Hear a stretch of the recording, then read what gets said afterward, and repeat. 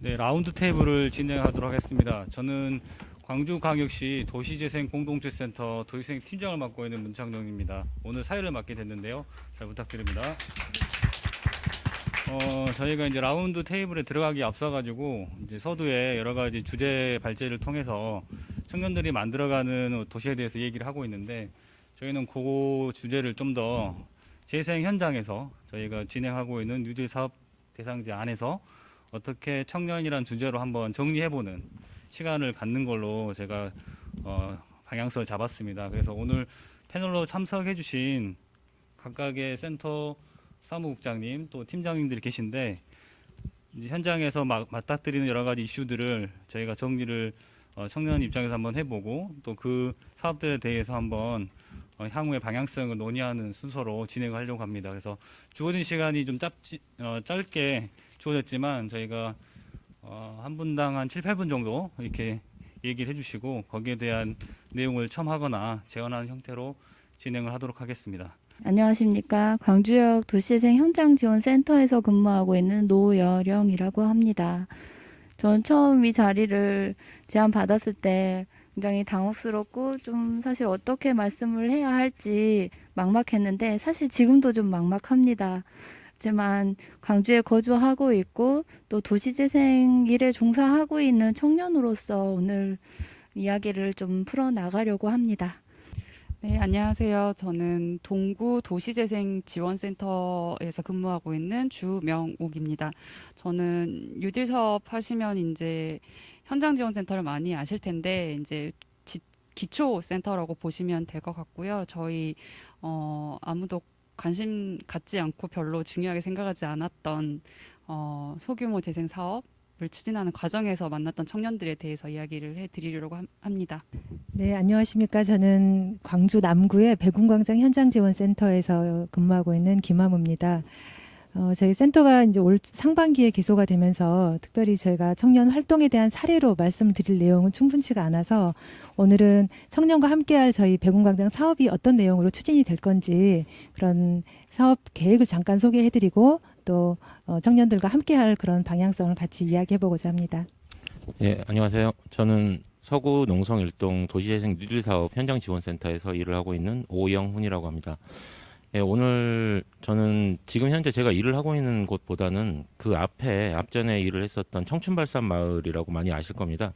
그쪽 현장지원센터에서 코디네이터로 활동을 했었을 때 느꼈었던 여러 가지 부분들에 대해서 말씀드리도록 하겠습니다. 예. 네, 안녕하세요. 저는 그 광산구의 원도산 도시재생 현장지원센터에서 사무국장으로 근무하고 있는 모아론이고요.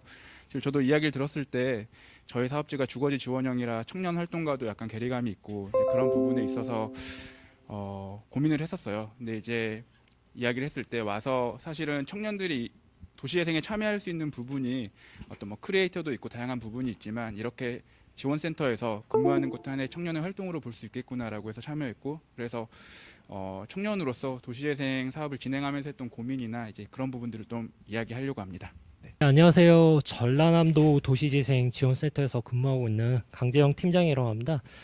오늘 저 같은 경우에 이제 전남 지역에서 이제 근무하고 있는 약간 이제 특수성, 약간 결이 다른 부분이 있습니다. 이 현장 지원센터 내지 기초센터에서 근무하시는 부분하고 좀 다른 광역센터 입장에서 봤을 때 어떤 청년이라는 문제에 대해서 어떻게 도시재생을 통해서 접근할 수 있을 것인가 이런 부분하고요. 광주광역시라는 어떤 대도시하고 약간 다른 어떤 결이 다른 이제 전남 지역의 그런 사례들을 제가 이제 좀 말씀을 드린다라고 하면 상호간에 어떤 이제 시사점을 좀 얻을 수 있을 거라고 좀 생각이 되거든요. 이런 부분 중심으로 오늘 좀 말씀을 드리도록 하겠습니다. 토론자분들의 참여자분들의 소개 잘 들었고요. 좀 기대가 되는 키워드를 얘기해 주셔서 시청하고 계신 분들도 기대를 하고 있을 것 같습니다. 그럼 첫 번째로 옆에 계시는 오영훈 우리 코디님께서 발산마을을 이제 진행하시면서 느꼈던 점들을 이야기하는 걸로 시작을 하도록 하겠습니다. 예, 앞서 소개드렸었던 오영훈입니다. 우선 제가 말씀드리고 싶었던 부분들은 솔직히 이제 지금 현재 진행되는 제가 담당하고 있는 사업제는 사실 주거지 지원형이다 보니까 청년 관련된 부분들이 사실 많지는 않습니다. 그래서 앞서 진행했었던 사업지에 대한 부분들을 말씀드릴 텐데요. 새들마을 사업이라고 여러분들이 많이 알고 계시는 취약지역 생활여건 개조 사업 진행이 됐었던 지역이었습니다. 양삼동 서구에 있는 양삼동인데요. 이쪽은 원도심 공동화 현상이 굉장히 심하게 일어났었던 지역이고 초고령화되어 있던 지역입니다. 앞서 토론에 참석하셨던 홍동우 대표님이 계시는 그 지역하고도 어떻게 보면 결이 비슷하다고 보시면 될 것 같습니다. 근데 이쪽 지역에서 말씀드린 셋둘마을 사업이라는 것 자체가 청년 중심의 사업이라든가 이런 부분들은 거의 없습니다. 사실 취약 지역을 이제 개조하기 위한 데 중점을 두고 있는 사업이다 보니까 전체적으로 생활 여건에 대한 부분들 중심의 사업이었었는데 저희가 사업이 시작을 했었던 2015년도에 비슷한 시기에 현대기아자동차와 창조경제혁신센터가 함께 진행을 했었던 마을 활성화 사업이 들어왔습니다. 민간에서 주도를 진행을 했었던 사업이고 이 사업을 통해서 그 사업은 전체적인 포커스가 청년에 맞춰져 있었습니다. 원래 거주를 하고 있었던 주민 중심의 사업보다는 청년들을 중심으로 하는 그런 형태의 사업들로 이루어져 있었는데 그 사업을 통해서 청년 팀들이 굉장히 많은 팀들이 처음에 오게 됐었고요. 마을 자체를 인큐베이팅을 하기 위한 거점 시설로서 활용을 하고 청년들을 통해서 이제 낙후되어 있는 마을이 얼마만큼 활성화될 수 있는가라든가 이런 부분들이 함께 좀 진행이 됐었던 사업이었는데 처음 청년들이 들어오게 하기 위한 여러 가지 방식들 중에서 두 가지 방식이 사실 있었습니다. 그 사업이 하나는 어떤 이제 공패가를 활용을 해서 그 공간을 청년을 중심으로 해서 활성화시키는 부분 그리고 이미 이제 생활이 충분히 가능한 거점 주택들 이런 주택들을 임차에 대한 월세라든가 이런 부분들을 지원을 해서 청년들이 들어올 수 있도록 실질적인 현금성 지원을 해주는 사업들이 함께 있었고요. 그렇게 해서 청년들이 들어오게 되고 이 청년들을 중심으로 주민들과 함께 할 수 있는 프로그램들을 계속해서 후속적으로 지원을 해주는 형태로 진행이 됐습니다. 그러다 보니까 처음에 청년들이 들어올 때 그 월세 현금성 지원에 해당되는 사업으로 들어왔었던 팀들 같은 경우는 굉장히 좀 나름대로 이제 좀 유지를 하기 위한 노력을 좀 많이 했었던 부분들이 있었고요. 그리고 아예 공패가를 리모델링을 해서 전혀 이제 비용 부담이라든가 뭐 그런 부분 없이 그냥 들어왔었던 팀들 같은 경우엔 본인들 스스로 리모델링이라든가 이런 부분들도 직접 하지 않고 들어왔다 보니까 리스크가 없이 들어와서 또 리스크가 없기 때문에 쉽게 나가는 경우들이 좀 생겼던 것 같습니다. 그래서 이런 부분들에서 여러 가지 좀 문제점들이 있었는데 막상 청년들이 들어왔었을 때 가장 힘들어했었던 부분들 같은 경우는 지금 청년 사업을 진행하면서 재생 지역에서 그 일을 하고 계시는 분들이 많이 느끼시는 부분들일 거예요. 주민들과의 갈등 부분이 상당히 큽니다. 사실은. 근데 이런 갈등에 해당되는 부분들이 서로 간에 잘 모르는 상태에서 우리 지역에 도시재생 사업이 이루어지면서 우리 마을에 이만큼의 돈이 투입이 되는데 이거를 우리들한테 안 쓰고 저들이 가져가는 건가라는 이런 오해를 통해서 주민들과 청년들이 처음 들어오는 시점에서 굉장히 좀 갈등 요소가 많이 생기게 되고 그 부분을 해소하기 위한 정책적인 부분들을 많이 고민을 했었는데 사실은 정책적으로 풀 수 있는 부분들은 많지는 않습니다. 뭐냐면 먼저 거주를 하고 계셨던 주민분들이 얼마만큼 열린 마음으로 좀 받아줄 수 있는가라는 부분들이 좀 중요하다고 생각을 하고 그리고 그 청년들이 들어옴에 있어서도 그분들에게 좀 다가가기 위한 노력들을 얼마나 하고 있는가 이런 부분들이 굉장히 좀 많이 적용이 된다고 지금 보여지는데요. 그렇게 해서 2015년부터 2018년도 말까지 그리고 현재는 연장을 해서 2019년도 계속 쭉 사업을 진행을 했었는데 그 시점에서 좀 다양한 방법들을 통해서 청년과 주민들이 좀 함께 하는 상황은 됐었습니다. 그리고 그들이 이제 사업이 끝난 이후에도 지속성을 좀 확보하기 위한 어떤 자조조직을 구축을 하기 위한 형태로 조직화를 진행을 했었는데 앞서 전우선 박사님께서 말씀하셨던 그 발산마을에 협동조합이 3개가 있다라는 부분들에 대한 것도 한번 좀 말씀을 드리고 싶은데 그렇게 해서 청년들은 청년들대로의 각각의 사업자들이 함께 뭉쳐져서 협동조합이 조직이 됩니다. 청춘발산 협동조합이라는 조직이 되고 그리고 나서 주민들 같은 경우에는 주민 나름대로의 또 경제 활성화를 위한 마을 관리를 하기 위한 빛나는 발산 협동조합이라는 협동조합이 또 조직이 되고 그리고 마을에 예술가들이 들어와서 마을미술 프로젝트를 진행을 했었는데 그 예술가들을 중심으로 한 간풀협동조합이라는 예술인 협동조합이 또 조직이 됩니다. 그렇게 해서 각각의 협동조합들이 성격은 다르지만 사실 마을 안에서 거점을 두고 활동을 하는 건 다 마찬가지다 보니까 이분들이 결과적으로는 이 마을을 함께 운영함에 있어서 서로 간에 어떤 일을 하는지를 서로 다 알고 있어야 되고 하다 보니까 올해 2020년도 들어서 빛나는 청춘 발산 주민협의체라는 명칭으로 각각의 협동조합들이 분과화시키고 그 분과가 되어 있는 각각 협동조합들이 일정 주기를 통해서 총회를 통해 가지고 각각 하고 있는 것들을 서로 공유하는 형태로 마을을 함께 관리하기 위한 형식을 좀 많이 띠면서 진행을 하고 있는데, 사실 코로나 시국이고 하다 보니까 그런 부분들에 있어서 원활치 않았던 건 좀 사실이고요.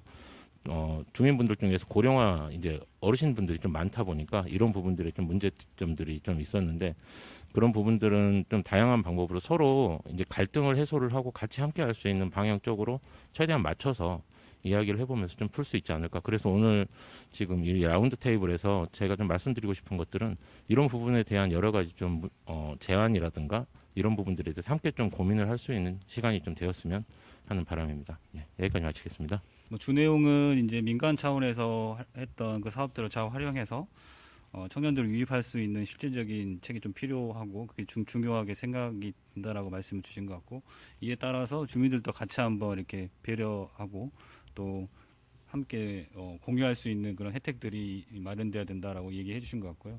그리고 조직화에 있어서도 각각의 계층별로 해서 좀 잘 운영하고 있다 이렇게 이제 얘기를 해주신 것 같습니다. 혹시 그 발산마을 관련돼 가지고 또 패널 분들께서도 질문 사항이나 또 같은 유의 사업들이 사업지에서 진행되고 있다면 그것도 한번 처음 하는 시간이 좀 드리도록 하겠습니다. 네.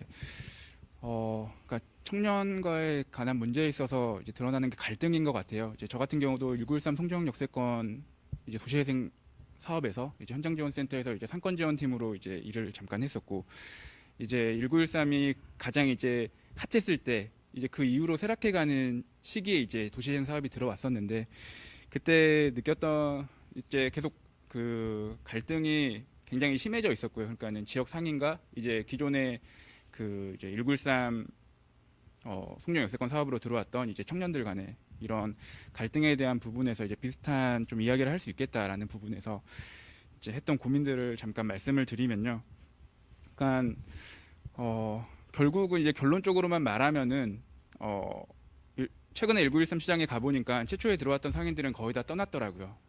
그래서 이제 이 부분에 대해서 약간 이제 생각을 했던 점이, 그러니까 이제 그 핫해지고 쇠락해 갈 때 이제 청년과 이제 기존 상인과의 그런 갈등에 있어서 문제는, 그러니까 청년들은 사실은 더 핫한 곳이 있으면 또 거기로 이제 떠나게 되더라고요. 그러니까 1913 시장에 있던 기존 상인들이 들어왔을 때 이제 가졌던 불안감이, 이들은 여기가 삼터가 아니기 때문에 언젠간 떠날 거다라는 불안감이었고, 그리고 그게 현실적으로 쇠락해가고 이제 상권이 좋아지지 않다 보니까 더 좋은 상권으로 기회가 있으면은 결국은 기존의 상인 이제 청년 그 창업자들은 떠나게 되고 이제 남게 되는 그러한 상황에 있어서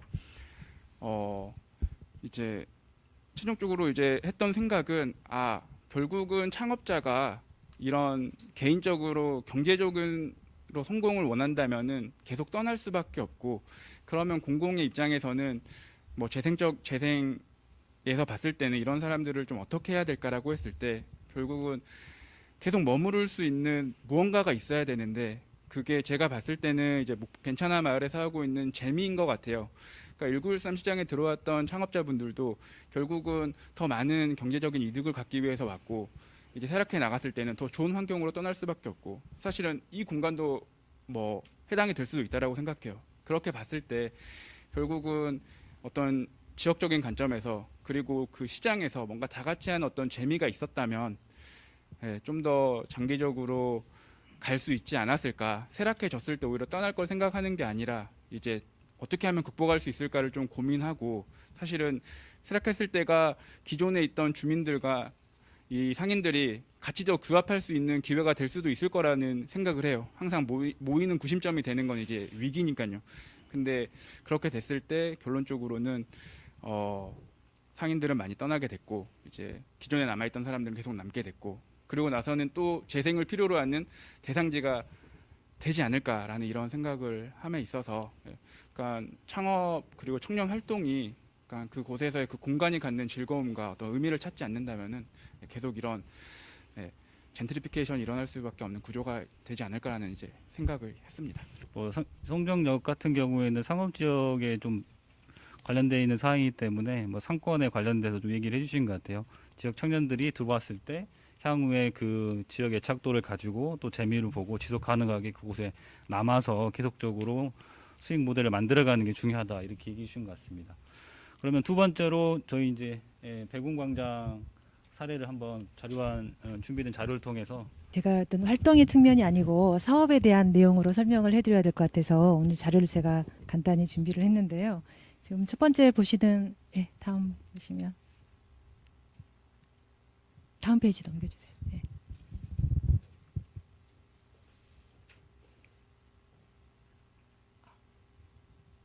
예.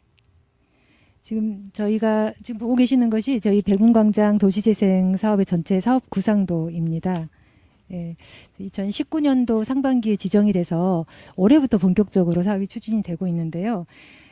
제가 빨간색, 초록색, 파란색으로 보이는 이 세 가지가 도시재생 사업의 백운광장 사업의 3대 추진 목표라고 보시면 됩니다. 거기에 가장 중요하게 생각하는 게 청년 삶으로라는 목표를 가지고 지향점을 두고 본 사업들을 추진을 하고 있는데요. 어찌 보면 사업의 내용은 간단합니다. 청년들이 활동할 수 있는 어울림 센터를 조성하고 또 청년들이 거주할 수 있는 임대주택 공간을 조성한다라는 어떻게 보면 청년을 대상으로 하는 그런 사업들이 일반화된 그런 사업들이 포함이 되어 있습니다. 그리고 상권 활성화로 행복도시로 이런 사업들이 이제 포함을 하고 있습니다. 저희가 이제 상반기에 센터가 개소되면서 그 주민협의체를 재구축을 하게 됐는데요. 그래서 이 첫 번째 목표인 청년 삶으로에 대한 이 청년들의 의견 이런 거버넌스를 구축하기 위한 첫 번째 시작을 저희가 그 주민협의체 분과의 청년 분과를 별도로 구성을 하면서 이야기를 듣기 시작했고요.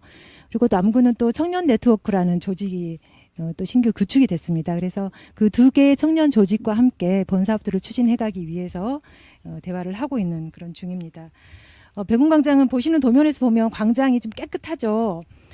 실제로 지금 최근에 가보신 분 계시면 거의 백운광장 고가도로가 철거가 됐습니다. 원래 중반에서 하반기 11월 전에 철거가 됐죠. 그래서 새로운 백운광장을 지금 다들 느끼면서 현지에 살고 계십니다. 그래서 이 백운광장 어떤 그 세태도 또는 이 재생 사업이 추진하게 된 배경 자체는 사실은 이 고가도로가 들어오게 되면서 상당히 노후가 됐다, 낙후가 됐다 어떤 그런 배경에서 이 오지 교차로 또 이런 고가도로로 인한 단절에 기인한다라고 출발을 했습니다. 그래서 우리가 이 단절을 잇자. 그래서 공간도 있고 사람도 있는 역할을 해보자 이런 사업 배경을 가지고 있습니다.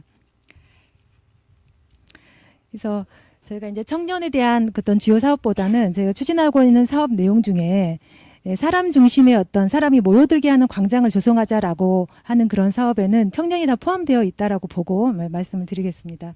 첫 번째 사업이 브릿지 연결하는 사업인데요. 지금 광주 푸른길이 10.8km 되는 구간이 유일하게 백운광장에서 완벽한 단절이 되고 있습니다. 그래서 푸른길을 쭉 걷고 운동을 하다가 이 지점에선 돌아가게 되는 그런 현상을 갖고 있죠. 그래서 첫 번째로 여기 사람을 모이게 하는 방안 중에 하나는 이 푸른길을 서로 연결을 하는 그런 개념입니다. 그래서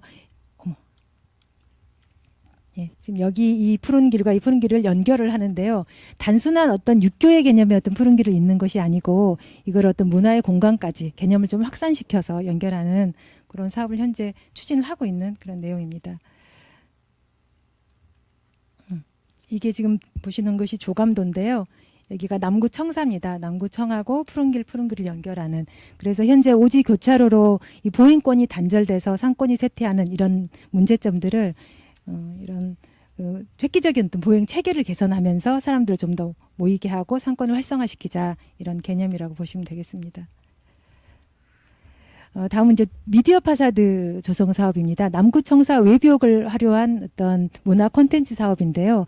그동안 백운광장 하면 교통광장으로만 인식을 하게 된 그런 배경이 있습니다. 그래서 여기를 사람 중심의 광장으로 우리가 가지고 가야 할 때 어떤 문화적 콘텐츠를 이 공간에 입혀야 할 것인가라는 측면에서 이 미디어 파사드 이 사업들을 추진을 하고 있는데요. 이제 배경은 그렇습니다. 단순하게 이제 어떤 예술성 있는 그런 예술 작가들의 작품을 여기다가 보여주는 것이 아니고요. 관내 대학이나 또는 청년 작가들의 어떤 다양한 작품들을 이 프로그램화해서 여기서 같이 참여할 수 있는 그런 계기들을 마련하고자 하는 그런 내용입니다. 그리고 지금 가장 먼저 추진되는 스트리트 푸드존 조성 사업입니다. 이게 남구의 가장 주력 사업이고 핵심 사업인데요. 푸른 길변에 노상주차 공간을 활용해서 컨테이너 문화 복합 공간을 만드는 그런 내용입니다. 당연히 청년들의 참 관심 있어 하는 그런 내용인데요. 지금 사례로서는 네, 서울의 언더스탠드 에비뉴나 신촌의 박스케어 그리고 영국의 박스파크 이런 모델을 가지고 저희가 이 공간 조성을 하고요. 이제 지금 현재는 뭐 공간에 대한 설계가 어느 정도 맞춰져 있고 이제 운영 관리에 대한 운영 체계에 대한 부분들을 지금 같이 고민하고 있는 단계입니다. 지금 저희가 현재 그 완결된 그런 내용은 아니지만 조감도를 좀 가지고 와봤는데요. 여기가 이쪽이 나무가 심어진 부분이 푸른 길이고요. 여기가 지금 남구 현황 모습입니다. 그리고 여기가 그 이면도로인데 이런 공간들이 이렇게 조성이 됩니다. 이런 푸드 중심의 공간, 문화 체험 공간 이런 것들이 조성이 될 예정입니다. 그래서 한 40호 정도 되는 점포를 저희가 내년 중반에는 이제 분양을 할 예정인데요. 아마도 저희가 이제 청년 창업가들을 어느 정도 비중을 가지고 여기서 운영 관리를 할 계획을 가지고 있습니다. 근데 이제 중요한 것은 여러 사례도 나왔다시피 뭐 청년들 여기서 모집하는 그런 체계에서 끝나는 것이 아니고 이 공간 자체를 어떤 그 유지 관리의 영역에서는 어떤 측면에서 볼 건지라는 측면에서 고민을 하고 있는 그런 중이다라고 말씀드리겠습니다. 그리고 또 하나는 로컬푸드 직매장에 관련된 내용인데요. 도심에 이제 이런 기능들을 한번 집어넣음으로써 주민들의 편의 부분과 어떤 젊은 층의 어떤 그 주거 생활의 만족도를 좀 증가시킬 수 있는 그런 사업들을 하고 있고요. 그리고 이제 아까 청년을 대상으로 한 그런 사업이라고 말씀드린 내용이 바로 이 도시재생 어울림센터입니다. 현재 보훈청이라는 그 유휴 공공 건물이 있습니다. 이 건물을 지금 남구청에서 매입을 해놓은 상태고요.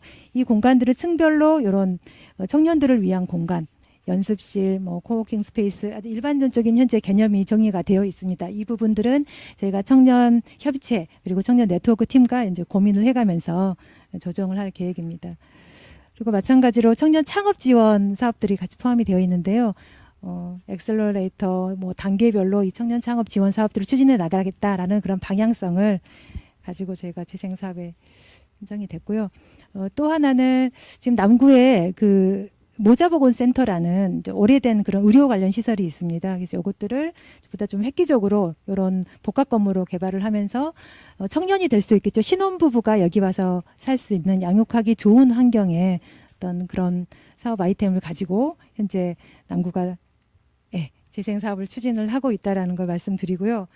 서두에서도 말씀드렸다시피 어쨌든 남구는 그 백운광장 주변으로 다양한 주택개발 사업들이 이루어지고 있어서 이제 사람이 모이는 것에 대해서 하는 큰 고민은 현재 중요하지 않고요. 이제 청년들도 당연히 사람이 모이게 되면서 모이게 되겠죠. 근데 이것들을 어떤 활동으로서 청년들을 조금 더 끌어모으고 또 어떤 이 변화되는 이런 라이프 스타일의 어떤 그런 만족도를 줄 공간으로 만들 것인지에 대한 그런 측면에서 이제 고민하고 있다고 말씀드리겠습니다. 남구 백운광장에 우리 사무국장님께서 이 좀 광고를 확실하게 하신 것 같습니다. 우리가 청년을 위한 사업들을 뭐 거점 시설 지원 프로그램 이런 것들이 있으니 향후에 많이 이렇게 관심을 가지고 지원해달라는 이러한 뉘앙스로 오늘 발표를 하신 것 같다는 생각이 들어서 시청하고 계신 분들 기대를 하실 거고 또 많은 참여 부탁을 드립니다. 그 다음으로는 동구 우리 팀장님께서 사례를 말씀해 주시면 좋겠습니다. 네, 저희는 이제 계림일동이 굉장히 큰데요. 그 광주역이 이전을 하고 그 전에 광주시청이 있던 곳이었어요. 그래서 유흥지점이라던가 먹자골목 이런 곳들이 많은 그런 동네였는데 그곳에서 이제 소규모 재생 사업을 추진을 하게 됩니다. 소규모 재생 사업은 이제 아시는 분들은 다 아시겠지만 이제 뉴딜 사업 하기 전 단계에 이제 주민들이 제안을 해가지고 주민들의 역량 강화를 통해서 이제 도시재생 본 사업인 도시재생 뉴딜 사업에 이제 마중물 사업을 뜻하는데요. 최대 사업비는 이제 4억 정도인 거고요. 지금 올해부터 이제 방침이 나왔는데 내년부터는 도시재생 예비 사업으로 이제 통합이 돼가지고 소규모 재생 사업을 하지 않는 한 곳을 우선적으로 해가지고 이제 뉴딜 사업을 선정하겠다 이렇게 이제 방침이 변화됐었어요. 그래서 그만큼 뉴딜 사업 본 사업 전에 주민들이 준비가 되어 있지 않으면 본 사업을 추진하는 과정에서 굉장히 힘들고 갈등도 있었기 때문에 아마 그렇게 기조가 바뀐 것 같아요. 그래서 계림 일동 소규모 재생 사업 같은 경우는 사업비는 2억이고요. 처음 그 세 개 단위 사업 중에 한 사업을 아예 연계 사업으로 기획을 했습니다. 그 이유는 이제 국토부가 사용할 수 있는 사업 예산에 한계가 있기 때문이에요. 왜냐하면 국토부 예산은 사유재산에 임대료를 지급할 수 없고 또 청년들 창업이라는 공간 리모델링에 필요한 어떤 사업비를 지원할 수 없었기 때문에 저희가 행안부 그 청년 일자리 지원 사업하고 연계를 해가지고 10개 공간에 그 창업을 지원하는 사업으로 진행을 하게 됩니다. 처음에 이 사업을 기획했던 이유는 저희 계림동 대상지에 가봤더니 가장 시급한 문제가 공가, 폐가, 나대지 그리고 원래 이제 폐업한 모텔들이 이제 원룸으로 바뀌고 있어서 빈 점포들이 너무 많은 거예요. 한 50개 정도가 되더라고요. 이 이 마을에 있는 문제를 좀 해결하기 위해서 청년들을 창업을 시켜서 한번 변화를 도모해보자라는 게 원래 취지였는데 사실 도시재생에서 청년 창업은 굉장히 많이 쉽고 대중적으로 사용되고 있는 방법 중에 하나죠. 근데 저희가 좀 차별점을 가지고 있었던 것은 이 빈 점포에 청년들이 창업하는 게 단순한 뭐 카페나 뭐 술집 이런 게 아니라 지역 주민들에게 필요한 어떤 지역 청년들이 마을 주민으로서 정착할 수 있는 그런 모델을 위한 창업을 지원하게 됩니다. 그래서 저희가 작년 하반기부터 해가지고 올 초까지 이제 빈집 빈점포를 다 수요 조사를 하고 거기 이제 주민들을 다 소유자를 만나가지고 우리가 이런 사업을 할 건데 임대를 해주실 의향이 있습니까? 이렇게 수요 조사를 해가지고 한 20개 정도의 공간을 확보를 했고요. 도시재생 대학이라고 하죠. 저희 기초센터에서 할 수 있는 교육 프로그램을 진행을 하면서 이 창업 프로그램의 비즈니스 모델을 만드는 그런 교육을 진행을 하게 됩니다. 그래서 팀별로 멘토링을 진행을 했고요. 총 10팀 선발을 하는데 저희 아카데미, 그러니까 도시재생대학 수료생 6팀이 최종 공모에 선정이 돼가지고 창업을 했습니다. 현재 상황은 이제 코로나 때문에 어떤 리모델링 하고 있는 상황이고요. 지금 9개 정도 개소를 했고 창업은 다 했고 이제 공간 리모델링이 끝나고 있고 한 군데 정도만 이제 개소를 하면 되는 상황입니다. 이제 저희의 차별점이라고 한다면 이 친구들이 서로 좀 네트워킹 하기를 바랬어요. 그래서 지역에 예술 작가 레지던스를 하겠다는 친구, 또 공방을 하겠다는 친구, 그리고 뭐 아트 상품을 기획하는 친구, 이런 친구들이 서로 간의 시너지를 내면서 지역에 있어서 새로운 유입 인구지만 너희들끼리 좀 커뮤니티가 돈독해져서 마을을 좀 변화시켰으면 좋겠다라는 이런 방식의 주문을 많이 했고요. 그리고 이제 저희가 제공하는 것은 청년체육관에서 제공하는 것은 임대료와 리모델링 뿐이잖아요. 그 외에 어떤 자기만의 비즈니스 모델은 어떤 공모 사업을 따와도 좋다. 그리고 저희가 적극적으로 지원을 해주겠다. 그래서 저희 센터에서 했던 것들은 연계 가능한 사업들을 꾸준히 알려주고 그 사업들을 이제 공모하고 지원하고 할 수 있도록 계속 지원을 했습니다. 그래서 올해 이제 새로 생긴 사업들도 많았는데 로컬 크리에이터 사업이었죠. 거기 저희 10팀 중에 2팀이 선정이 됐고요. 그리고 LH 뭐 광주에서 하는 뭐 예비 사회적 기업 사업이라던가 이런 것들을 스스로 각자 다 공모 사업을 받아가지고 자생적인 모델을 좀 가지고 성장을 하고 있습니다. 그리고 좀 특이한 게 이제 저희 소규모 재생 사업 안에 주민협의체를 구성을 했는데요. 주민협의체 한 15명 위원님 중에 5분이 새로 창업한 청년위원들이 같이 활동을 하고 있어요. 그래서 이 청년들이 단순히 우리 동네에서 창업한 친구들이 아니라 우리 동네에 필요한, 그리고 옆집에 사는 동네 청년이 될 수 있도록, 마을 청년이 될 수 있도록 저희가 그 지원센터에서 그런 역할들을 하고 있습니다.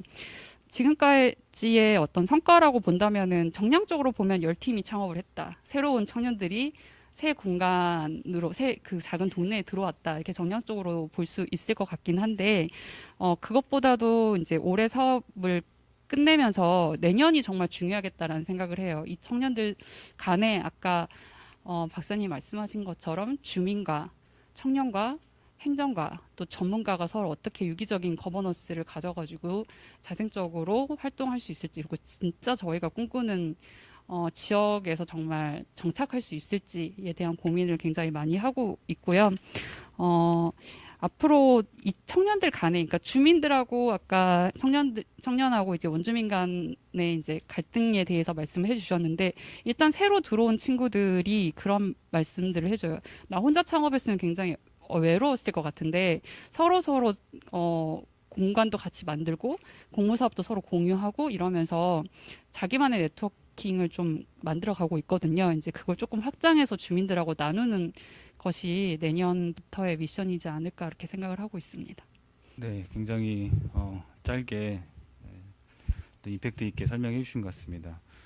다른 부처 사업을 잘 활용을 해가지고 그 아까 말씀드렸던 체감할 수 있는 것들을 잘 믹싱해 가서 청년들이 입주할 수 있고 또 창업할 수 있게끔 하는 좋은 사례인 것 같습니다. 네, 안녕하십니까. 저는 광주역 경제기반형 도시재생 뉴딜 사업을 추진하고 있습니다.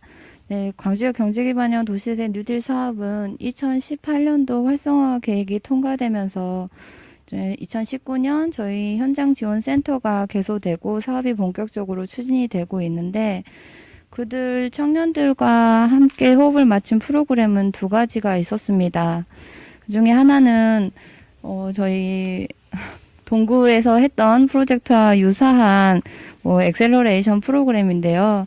이 프로그램은 리노베이션하고 인큐베이팅을 결합한 사업으로 광주역 도시재생 권역 내 활용 가능한 유휴 공간을 발굴하고 그에 맞는 비즈니스 모델을 저희가 도출해내는 프로그램이었습니다. 네, 광주역 레시피라는 타이틀을 가지고 움직였던 이 프로그램은 광주 로컬 크리에이터들을 섭외하는 것으로 시작했는데요. 저는 이때 정말 많은 것을 느꼈었습니다. 다름이 아니라 그 청년들의 움직임이었는데, 정말 많은 청년들이 지역 자원을 가지고 새로운 비즈니스 모델을 만들어서 각자의 자리에서 활동하고 있다는 점이 저는 굉장히 충격적이었습니다.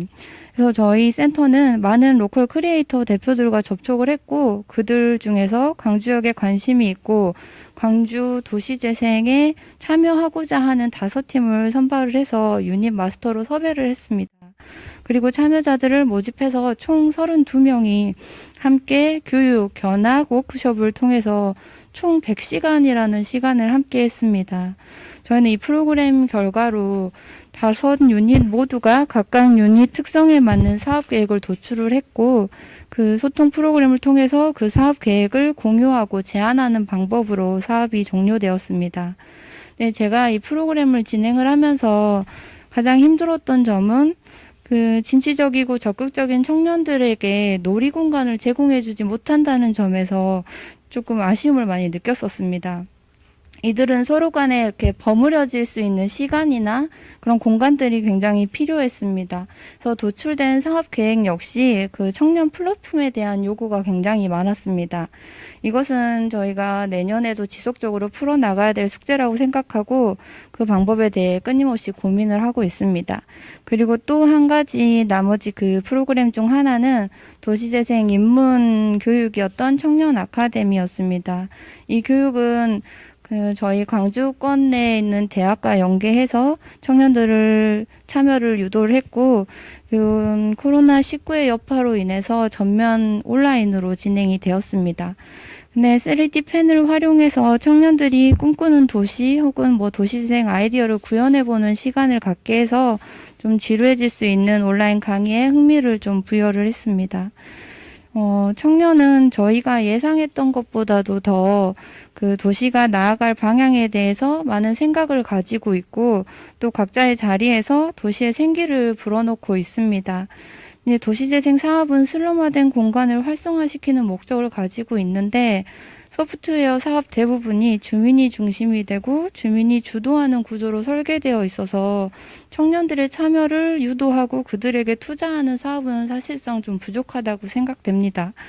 저는 오늘 이 자리를 빌어서 각각의 도시재생 사업에 청년들이 참여를 끌어내기 위해서 이들에게 우리는 어떤 메리트를 줄 수 있는가에 대해서 좀 이렇게 같이 고민해보는 시간을 가졌으면 좋겠습니다. 상입니다. 고민들 많이 얘기해 주셔서 네, 같이 고민하고 현장에서도 어려움을 겪고 있는 부분인 것 같아요. 네. 그 부분에서 여러 가지 대안들을 얘기해 주시는데 체감할 수 있는 것들은 좀 한계가 있는 것 같습니다. 여러 가지 재원이라든가 또 참여를 통해서 이끌어내는 콘텐츠라든가 그리고 그것이 지역과의 어떤 상호작용이라든가 또 각각의 대상지별로 목표는 또 따로 있는데 또 청년을 특정해서 또 하기가 또 어려운 또 특성상도 있는 것 같고 그런 부분들이 산재하는 것 같습니다.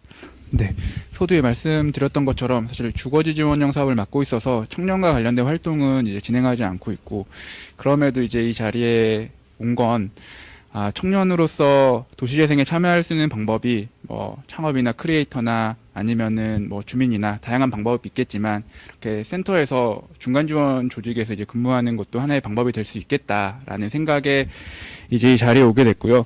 그러면서 했던 고민이 과연 내가 센터에서 근무함으로 인해서 청년이라는 게 어떤 강점이 될까? 내가 가지고 있는 강점이 뭐가 있을까? 만약에 예를 들어 장년층이 사무국장으로 있는 것과 청년이 사무국장으로 있는 것이 어떤 차이가 있을까라고 고민했을 때 제가 느꼈던 거는 사실 계속 이야기했던 거버넌스에 대한 주 내용이기도 한데요.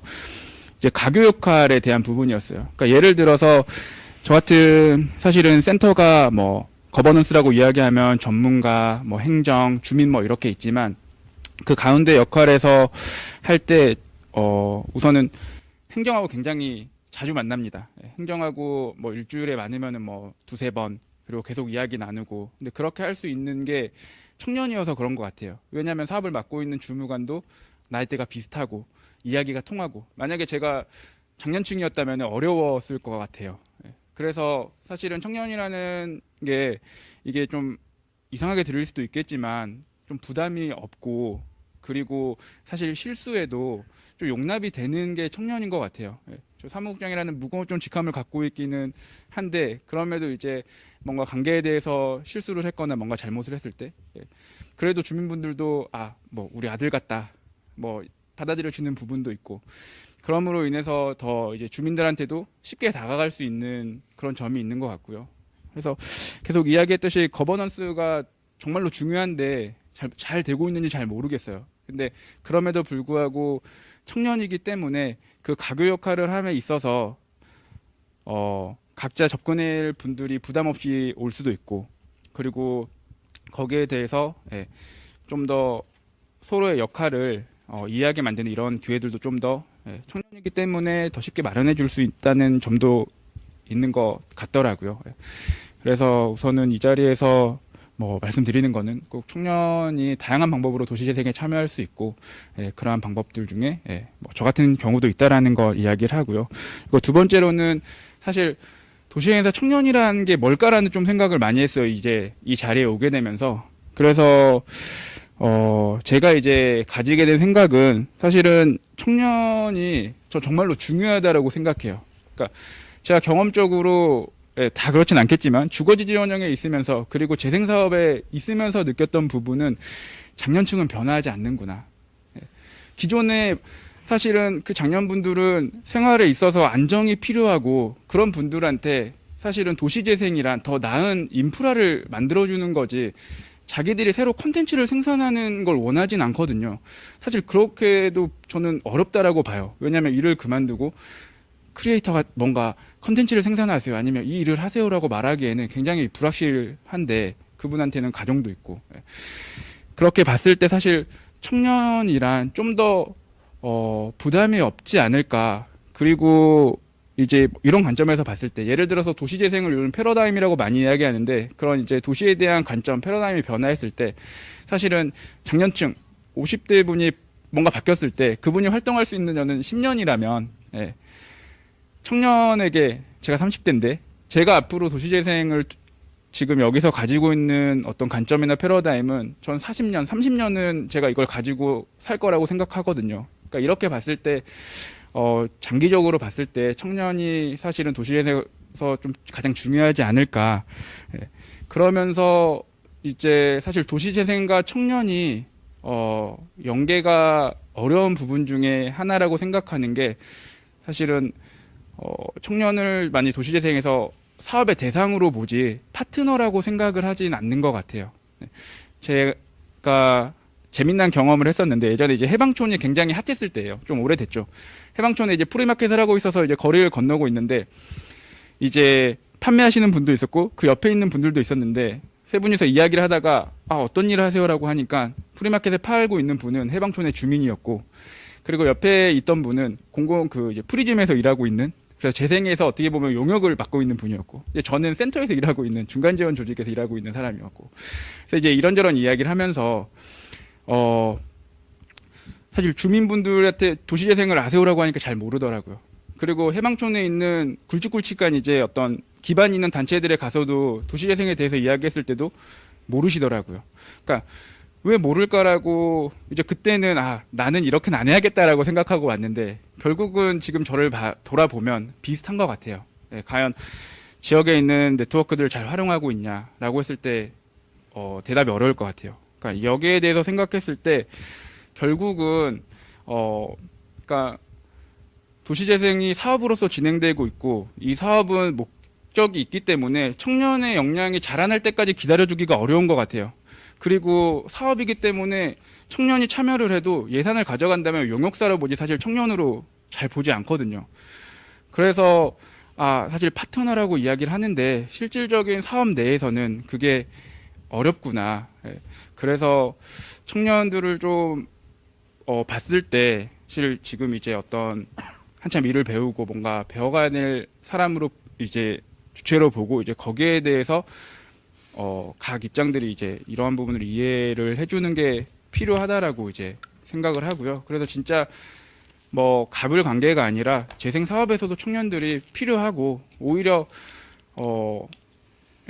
청년들 이런 파트너 관계가 잘 됐으면은 좋겠다라는 생각을 하고 우선은 이만 이야기하겠습니다. 사업지 내에서 청년들의 어떤 역할들이 굉장히 중요하다는 말씀을 주신 것 같고 그런 부분에 있어서 좀 많은 지원이 필요하다고 말씀해 주신 것 같습니다. 전남광역지원센터에서 온 강재영 팀장입니다.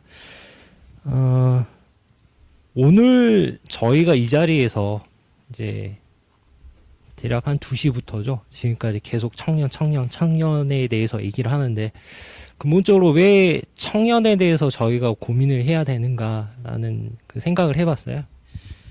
결국은 이제 그게 도시 재생이라는 단어로 표현이 되든 지역 개발이라는 단어로 표현이 되든 어떤 그 사업을 진행함에 있어서 혁신적인 어떤 리더 주체가 될 수 있는 대상을 저희가 청년으로 설정한 게 아닌가. 그렇다라고 하면 과연 청년이 재생 사업에 대해서 어떤 역할을 해야 되는가에 대해서 좀 고민을 해봤습니다.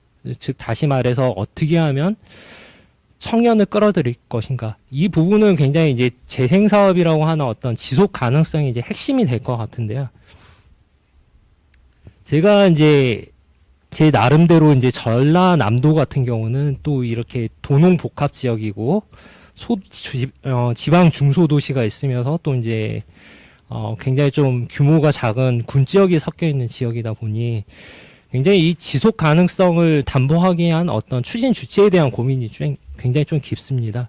그래서 이제 광역 그 도시재생 지원 센터에서 어떻게 하면 이 지속 가능성을 담보할 수 있는 어떤 정책 수단이나 지원책을 좀 끌어낼 수 있을 것인가에 대한 이제 고민이 많았고요. 제가 유심하게 좀 관심을 가지고 지켜봤던 사례가 4가지 정도가 있는 것 같아요. 첫 번째는 오늘 오신 공장 대표님의 이제 괜찮아 마을 하고요. 두 번째가 재생 사업은 아닙니다. 그렇지만 이제 영광에 있었던 그 여민락 공동체라고 하는 어떤 이제 마을 공동체가 하나가 있었고요. 세 번째가 이제 요 근래 굉장히 좀 최신 사례라고 볼 수가 있는데 목포시의 그 건맥 1897 협동조합 같은 경우 제가 이제 유심 있게 봤던 사례입니다. 마지막 이제 물론 이제 옆에 계신 모아론 선생님께서 이제 관여를 하셨던 송정 1913인데요. 이 4가지 사례에 대해서 좀 깊이 제 나름대로 고민을 해봤어요. 그렇다라고 하면 이 네 가지 사례가 어느 정도 일정의 소기의 성과를 거두게 된 이유가 무엇이었을까 나름대로 이제 고민을 해봤습니다. 첫 번째 이제 괜찮아 마을 같은 경우 우리 대표님이 굉장히 현실적인 어떻게 보면 이제 비즈니스적인 마인드를 가지고 접근을 하셨던 부분이 여러 가지 요인이 잘 맞아 떨어지면서 지역 활성화라는 측면은 이제 청년을 통해서 이루어낸 이제 사례라고 이제 보여줬고요. 두 번째 여민락 공동체 같은 경우는 이제 사회 운동을 하셨던 어떤 지도자께서 그 귀향을 하셔서 그 공동체를 회복을 하고 그 지역의 어떤 일정 부분에 이제 적절한 소득과 그러니까 적절한 노동 시간을 투여해서 적절한 소일거리를 만들어서 적절한 소득을 창출하는 어떤 이제 지속 가능한 모델을 만들어냈다는 이제 사례로 봤습니다. 그리고 세 번째 목포시 건맥 1897 협동조합 같은 경우는 이제 부동산 자산 플랫폼을 통해서 거의 아이템화를 시키고 그 지역에 있는 다수의 협동조합들을 서로 링크시킴으로써 해서 어떤 굉장히 좀 지속 가능한 사업 모델을 이제 만들어냈다라고 생각이 됐고요.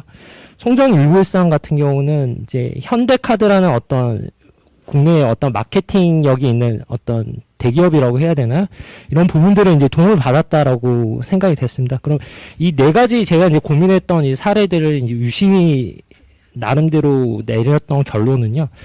그게 개인이든 어떤 조직이든 간에 어떤 혁신적인 그 리더 주체가 초기에 자리를 잡고 그걸 통해서 눈덩이처럼 이렇게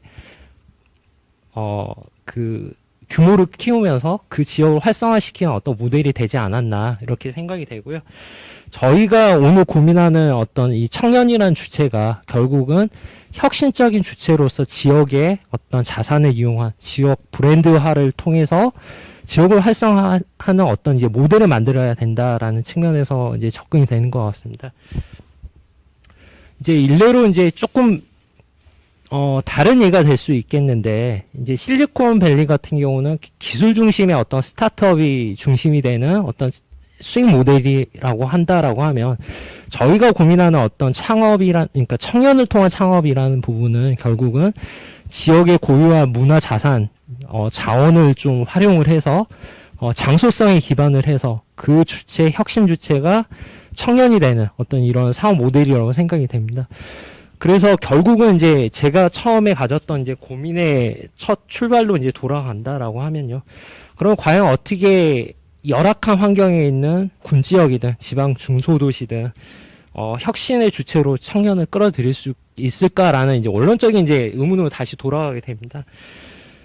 근데 이거를 제가 이제 공공 조직에 있다 보니 이제 어떻게 청년을 끌어들일까라고 생각을 하게 되면 일단 먼저 생각하게 되는 게 제도가 무엇일까, 정책이 무엇일까, 그럼 어떤 사업을 하게 될까, 그렇다라고 하면 어떤 성과 지표가 나올까, 어떻게 이걸 포장할 것인가라는 어떤 사업적인 경직성을 가지고 좀 생각하게 되더라고요. 그렇지만 이제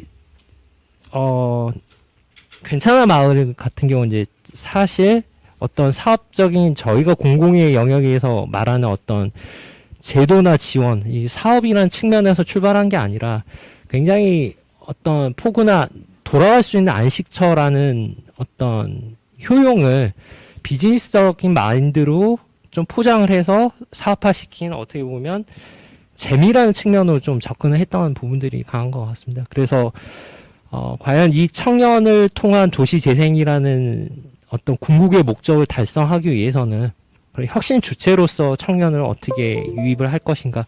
앞서 이제 토론 발제에서 이제 나왔던 부분과 같이 굉장히 단순하게 어떤 지원책, 지원금이 얼마다라는 부분보다는 굉장히 복합적인 부분, 이런 부분이 필요하고요. 제가 내렸던 결론은 뭐 굉장히 단순하지만 복잡한 고민 끝에 내렸던 이제 단순한 결론은 어떤 청년들의 놀이터가 돼야 되지 않느냐.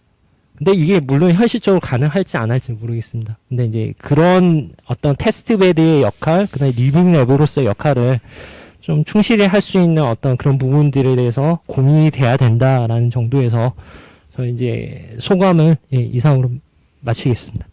혁신 주체로서의 청년을 많이 강조하신다는 그런 내용이고, 그거를 반영할 수 있는 여러 가지 정책과 사업이 필요하다라고 말씀 주신 것 같습니다. 라운드 테이블을 지금 진행하고 있는데요. 시간이 이제 마무리해야 될 시간인 것 같습니다. 이제 광주 시민회가를 생각했을 때 저 또한 역시 이 공간을 연구와 땡치리를 보러 왔던 기억이 납니다. 근데 지금 저희가 이렇게 제가 커가지고 이 자리에서 이렇게 도시를 만들어가는 데 있어서 청년들의 역할을 얘기하는 것이 좀 감회가 새로운데요. 아무래도 현장에는 저희들이 이렇게 문화도시 광주 그리고 성공적인 도시재생 모델을 만들어 나가기 위해서 청년들을 어떻게 유입시키고 그거를 혁신적인 모델을 전파할 수 있는 것을 만들어가는 여러 가지 의견들을 주신 것 같습니다. 그래서 체감 있는 지원책이 필요하고 그게 이제 재정적인 부분이나 또 연계 사업을 통해서나 그리고 이제 그 들어오는 청년들과 원주민들과의 관계 속에서 애착을 가지고 정착할 수 있게 만드는 부분 그리고 이제 부처 협업을 할 때 여러 가지 이제 목표들을 잘 설정해가지고 그것들을 이렇게 원활하게 돌아갈 수 있게 만드는 협업의 어떤 칸막이를 없앤다거나 이런 부분들이 재생센터의 어떤 역할로서는 전부 다 풀어질 수 없는 부분이라고 생각을 합니다. 그래서 이거를 시청하고 계신 분들도 많이 관심을 가지고 각각의 분야에서 민간 부분 또 뭐 공공 부분 또 청년 여러 가지 섹터에서 함께 노력을 해야 청년들이 도시를 만들어 나가는데 큰 일조를 할 것 같습니다. 이상으로 라운드 테이블 마치도록 하겠습니다. 감사합니다.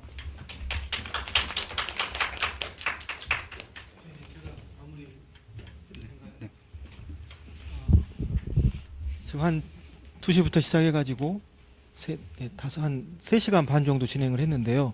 이제 지금 저희가 남은 게 뒤에 케이터링 박스가 준비가 돼 있고요. 또 기념품이 좀 있고 그래서 이제 우리들 이제 마지막 마무리를 하기 전에 2시부터 지금 이 행사를 시작을 했는데 지금까지도 자리를 지켜주신 우리 그 청년 한 분이 계십니다. 우리 그 영무토건의 이 회장님 지금까지 계셨습니다. 그래서 소감 한 말씀 듣고 또 이렇게 저희들 정리하는 것으로 하겠습니다. 네, 반갑습니다. 아까 좋은 그 말씀 잘 들었는데 저는 이제 민간 차원에서 도시재생을 제가 4년부터 시작을 했거든요. 그래서 똑같은 얘기지만 광주의 구도 시민 대인동에 47년 된 건물을 제가 매입을 해가지고 도시재생을 거기는 이제 문화공간입니다. 그래서 제가 추구하는 것은 공공의 목적보다는 상업적인 공간이거든요. 그래서 거기는 갤러리고 카페고 공연장이고 그다음에 호텔이 방 6개가 돌아갑니다. 그다음에 저희가 이제 추진한 게 대인동에 청년주택 280세대를 저희가 올해 입주를 해가지고 대학생 280명이 살고 있거든요.